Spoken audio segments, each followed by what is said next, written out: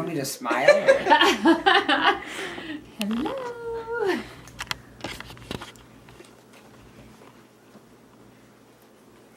Did you know 9 in 10 people consume too much salt, and that 1 in 3 of those people have high blood pressure? Or that in 2016, over 70 million people suffered from high blood pressure in the United States? I got both of those quotes from Medical News Today's website on the page CDC. 90% of Americans consume too much salt, which I read on November 15th. That's a pretty large amount of people, right? And the likelihood of being considered in one of those categories is quite high. Well over half the world's population is overconsuming salt, which can lead to severe digestive and circulatory health problems later on in life. Growing up, I developed a condition that makes my eye really puffy and swollen when I have too much salt, so I know a first-hand experience of what it's like. Today I'll explain with you some of the issues of consuming too much salt, some of the causes of this overconsumption, as well as a few easy ways to reduce the amount of salt that you eat from my experience. First off, I'd like to direct your attention to the screen, which shows a graph that I got off of urielcom.com, off the page 21, Eating Facts and Statistics Most People Don't Know. As you can see, the non-dashed line shows the recommended amount of salt that you can have in a day, and that's 2,300 grams. Across the bottom shows the age groups, and then the two different bars show the genders. And overall, you can tell that most of the bars go over the recommended amount, proving that most people are over-consuming salt. To begin, it may not seem like too bad of a problem when well over half the population is doing it too, right? Well, it is, because World Health Organization's article, The Top 10 Causes of Death, updated in January of 2017, declared heart disease and stroke are the world's biggest killers, and those two killers are directly linked with salt intake. So just how does salt impact our body function? First off, salt is closely linked with water intake because of their properties of dissolving together. So the more salt you have, the more water you need. But a weird reaction has been found to occur. According to Vanderbilt's news website called Vanderbilt-led study shows high salt intake diet decreases thirst, increases hunger. It said when dietary salt increased from 6 to 12 grams a day, the men drank less water, not more.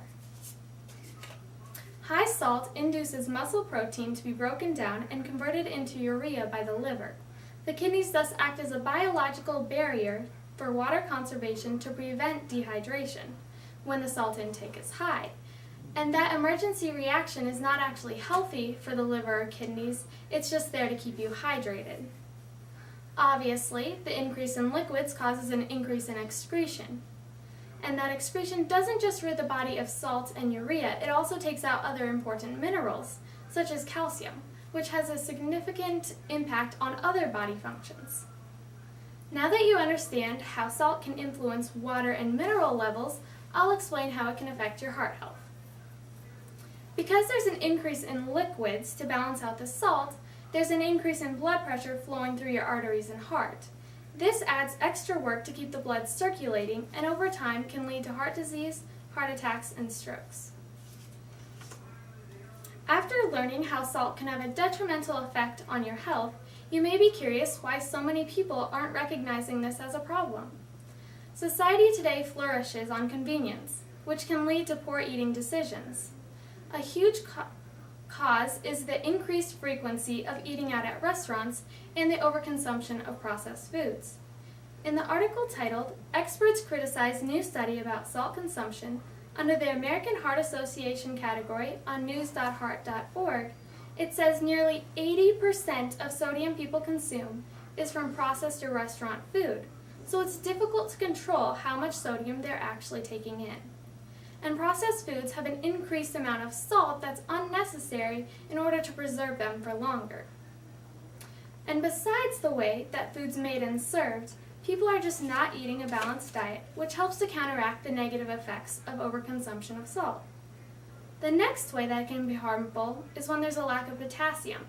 And to help explain this, I'd like to share some information I got off of www.hsph.harvard.edu in the article titled Health Risks and Disease Related to Salt and Sodium. about the research correlation that's found between salt and potassium. It says that when people with the highest sodium intakes have a 20% greater risk of death from any cause than those with the lowest sodium intakes. And the opposite is true for potassium, because as salt raises blood pressure, potassium lowers it. Moving on, I've split up 4 tips to help you figure out ways to reduce the amount of salt you intake in a day. Many people are aware that they consume too much salt, but a lot of them think that it's just a really big problem and that it's just going to be too hard to fix. Therefore, my biggest suggestion is to take small steps to reduce the amount of salt you have in a day. That could be switching out salted butter for unsalted butter, or adding less table salt to your food. Tip 2 is to make sure you're drinking enough water. While that may not help your heart health, it will help your liver and kidneys from creating urea, as well as keeping you hydrated. Tip 3 may be the most important tip, which is to eat out less often. This gives you more control over what you're eating. And when you do go out, you can be more mindful about choosing options that have less salt in them.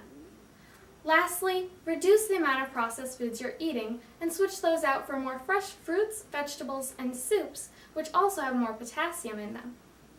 To review, you now know the detrimental effects of overconsuming salt, some of the causes of why so many people are overconsuming salt, as well as a few easy ways to reduce the amount of salt that you are taking in.